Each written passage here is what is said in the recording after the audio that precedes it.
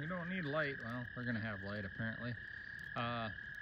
So tonight's reading, this is April 25th, 2025. My reading tonight was in 2 Samuel chapter 8 verses 15 through 18, 2 Samuel chapter 9 and chapter 10, and also 1 Chronicles chapter 18, verses 14 through 17, chapter 6, and chapter 19. And between 2 Samuel and 1 Chronicles, the readings are very similar. So a lot of repetitive there, but a couple of things just to quickly summarize. First, we get some genealogy that I always struggle with, that I know is from God and purposeful.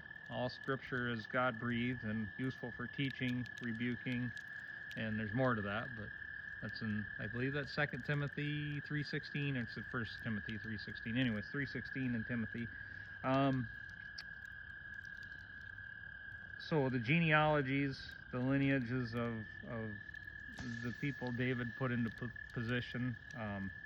And then we get David trying to honor, well, you get David honoring Mephibosheth, which is Jonathan's son.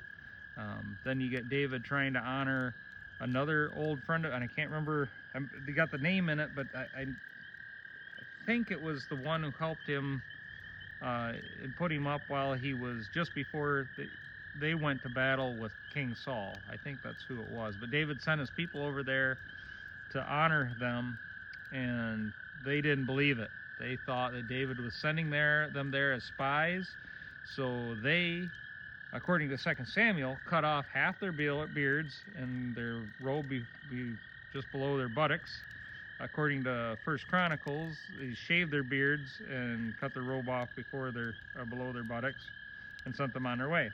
Again, they mean the same, and I think the half the beard was just more detail to that. So we've got that.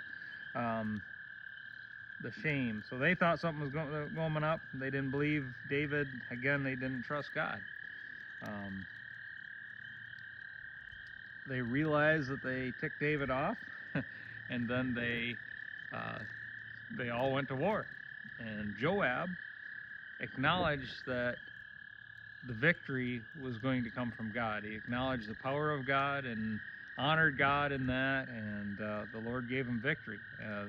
The enemies retracted. They tried to come back even stronger, but then David came out and defeated them. And again, honoring God.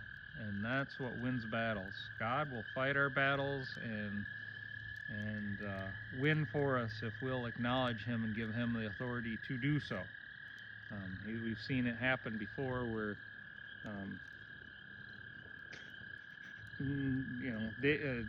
God will purposely diminish a fighting brigade just to prove and make sure that everybody knows that it's God that provides the victory. We need to hold on to that, and we need to remember that it's God that provides our victory.